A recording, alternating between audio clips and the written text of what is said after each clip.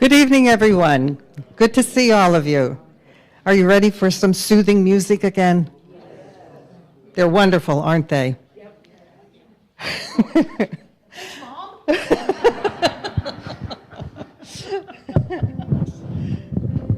You do a good job, daughter. Thank you, thank you, thank you.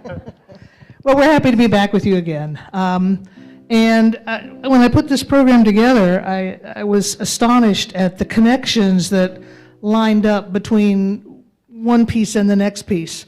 And it wasn't really done intentionally, but it does make a nice musical progression. So I just thought that was, I'll point it out to you as we go. Also, we have a favor to ask of you. And that is that when we're done with the concert, if you don't mind, those of you that don't mind having your picture taken, come up here and stand around us and let somebody else just take a picture on my cell phone. We need a picture to put on our Facebook page of a silver-haired audience. Not that, just me alone won't do it, to help us with fundraising for future concerts and stuff so we can apply for grants. So if a few of you want to come here and join us and we can say, at Moravian Hall Square with the audience, and that may help in the future. Anyway, we want to start off with a piece, 4 short pieces from the Renaissance period, from England, from the time of the Renaissance, written by composers John Dowland, and one of them is written by Robert Johnson. Dowland is an interesting character. He was a musician, a traveler. There's some thinking that he was also a spy for the first Queen Elizabeth as he traveled through Europe. He wrote some of the music that was used in, they think, the original performances of Shakespeare's plays. So, an interesting character. These are all originally written for lute. Dowland was a lutenist, a lute player, and a composer as well. So they've been tweaked for modern-day guitar. But it's 4 short songs here.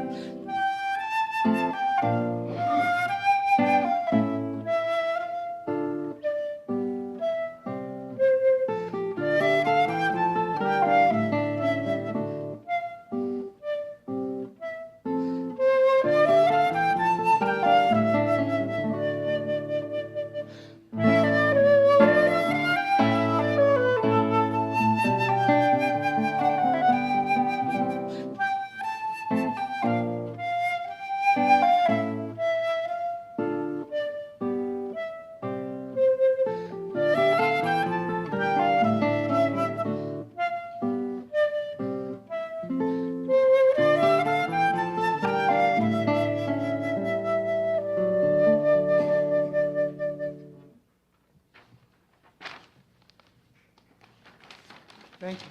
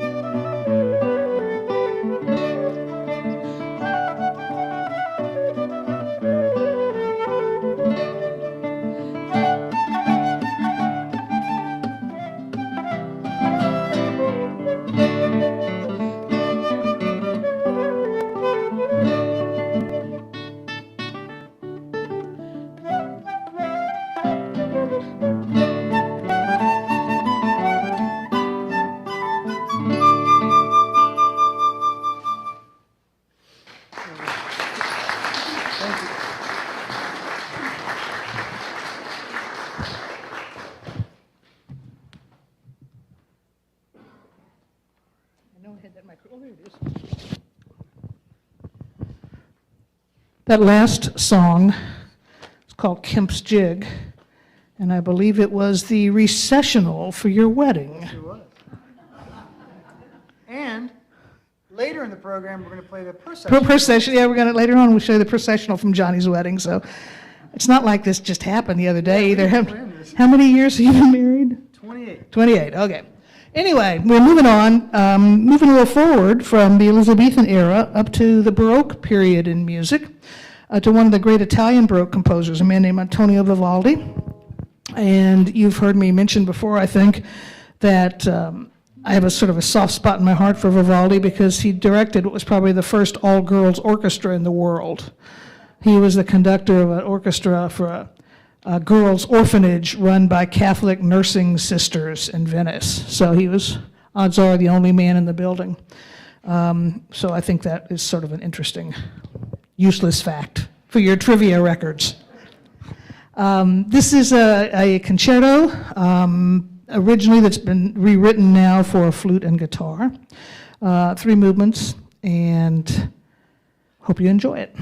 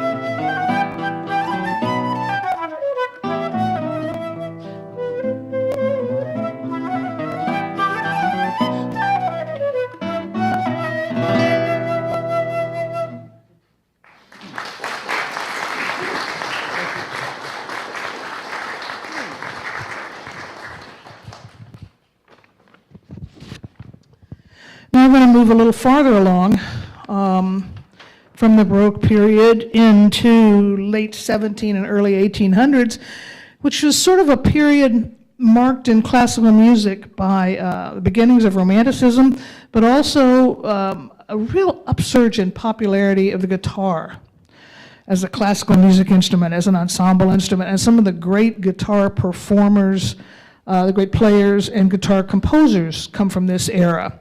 And I really didn't know squat about these guys until I started working with John a lifetime ago. But there's a wonderful repertoire of guitar music written in the late 1700s and through the 1800s.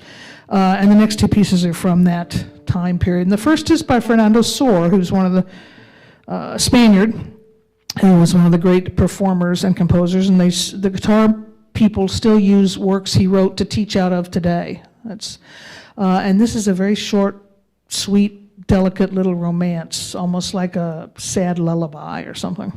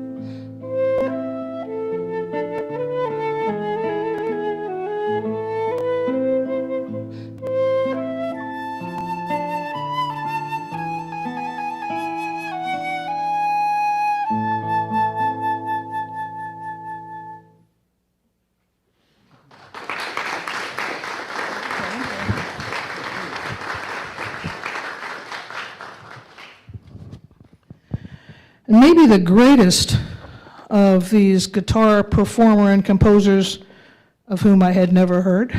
There's a man named Mauro Giuliani. And I don't even know how much music he wrote for guitar. It just 200 pieces. And a solo guitar, teaching methods, guitar duos, guitar ensembles, concertos for guitar, chamber music, you name it, he wrote it. This is a set of short salon music pieces, light, enjoyable, lighthearted, easy to listen to little pieces that might have been played in that time period when that was all the rage. You would get together with your friends and you all played musical instruments because you just did. And you would get together and play chamber music in the evenings, which in my personal opinion just beats the hell out of sitting around and watching Survivor, but that's just me. So anyway, I'm going to play 3 of them for you. No, I don't like Survivor. It's stupid.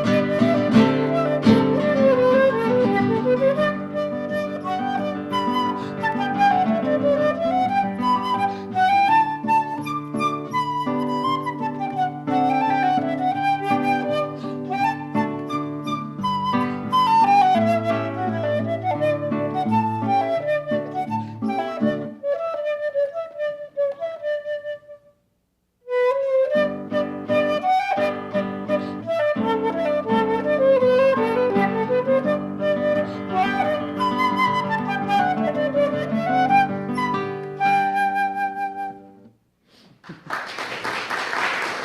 you.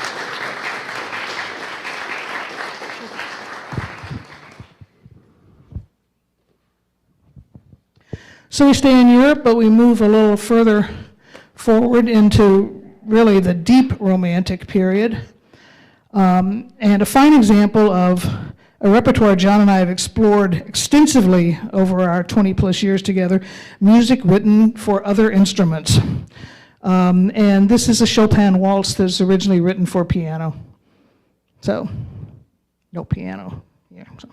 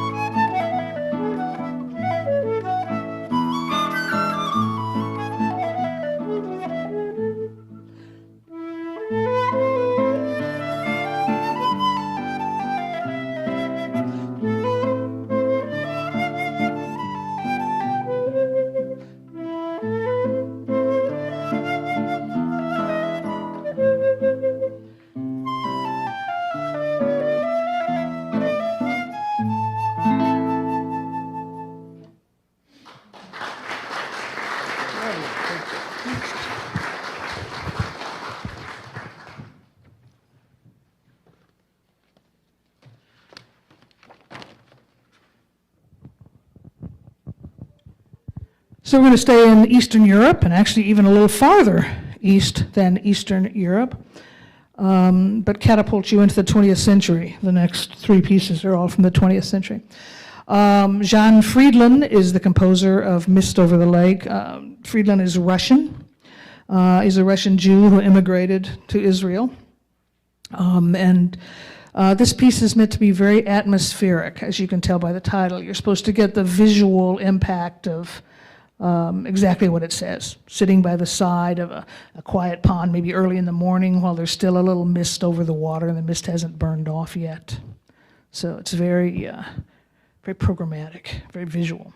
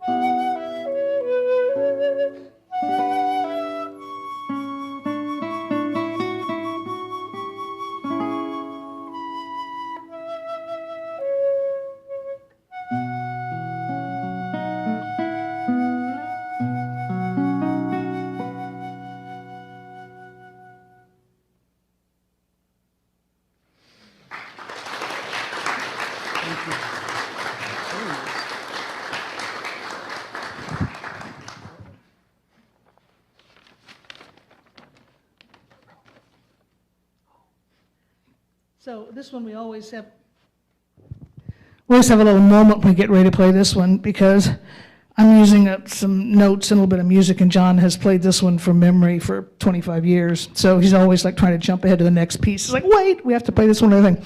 Ashok and Farewell is world famous because it was the processional at Johnny's wedding. No, it was the processional at Johnny's wedding. It is not why it's famous.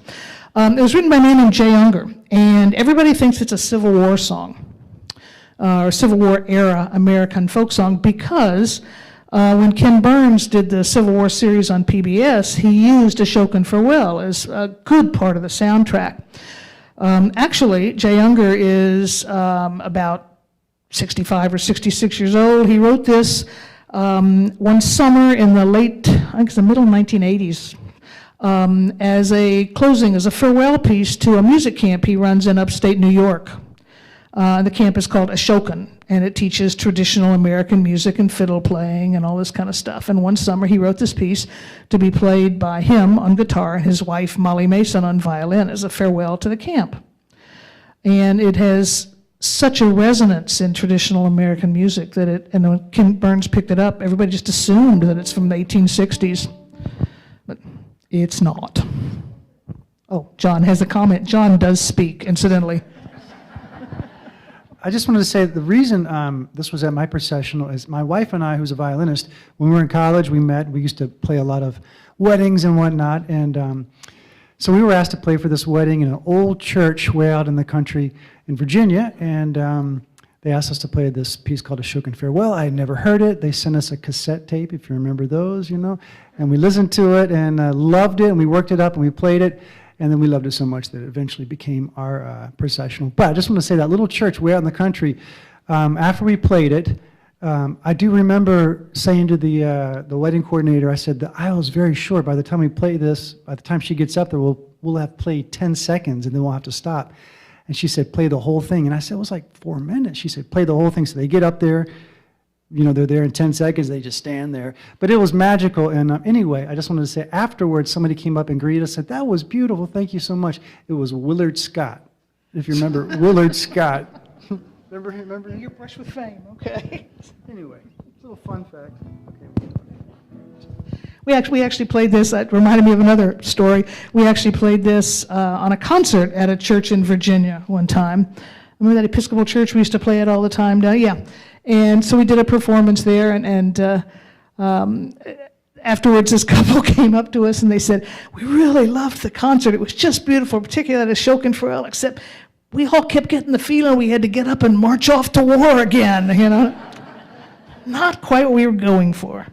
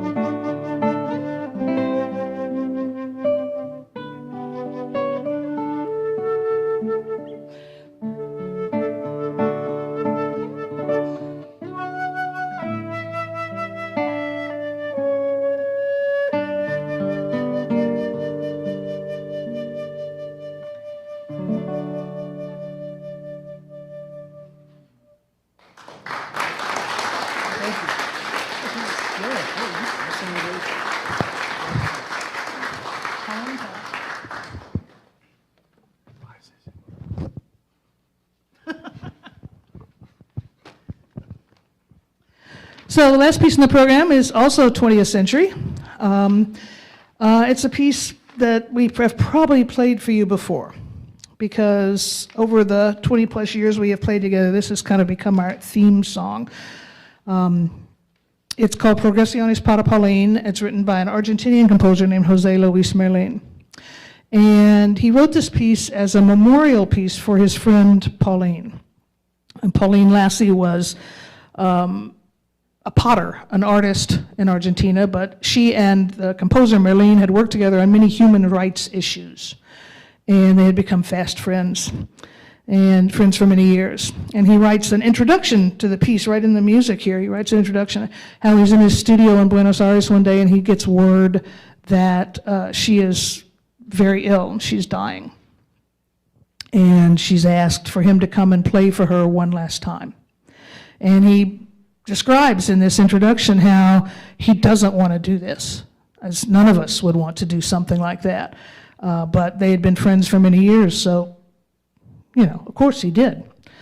And he describes driving through Argentina to get to her house and how he's just progressively worried and scared about how awful this is going to be. And she opens the door when he gets there with this big smile. And she asks him, the whole time they're there, she asks him, please to play only happy music. So he played for her that whole day, he says, and he said it was one of the more important musical moments in his life. And he left her that evening, and he went back home to his studio in Buenos Aires, and soon, in a few days, he received word that she had died. And so he sat down and he wrote this piece for her. And he explains that in this piece you hear three things. You hear the pain of loss. You hear anger at loss. And most importantly, you hear this beautiful melody, this beautiful soaring melody that is supposed to represent her smile and her joy in life, no matter what it brought her. So after 2 years of wearing masks, seems like a good piece to finish up with.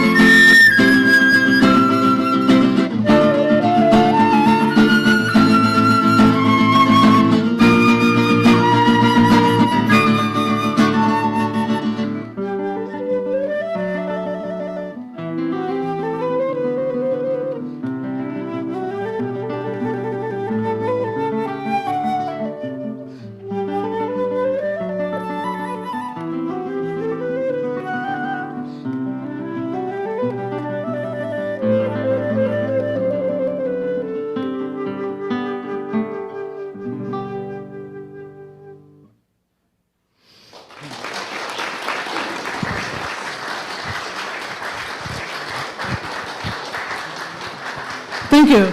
Thank you so much. I bet I know what she's going to ask you to do. Thank you. That was beautiful. Just beautiful, wasn't it?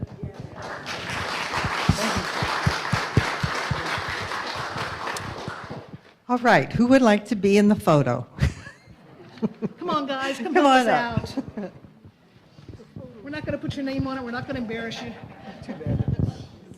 Or we could put your names on it and embarrass all of you. That would be fun. Or maybe we could just, I tell you what, I have a better idea. Why don't you guys just sit right there? And we'll come sit in those 2 empty chairs. All right. And you just take a picture. All you Okay. gotta do is, when it's time, push All right. that button. Mm-hmm. We'll just come sit here. We can all get a picture.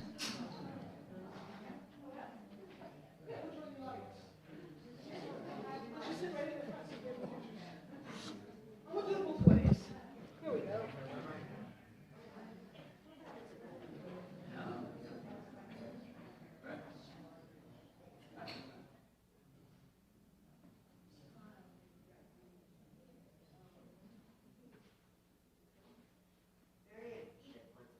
Pardon me?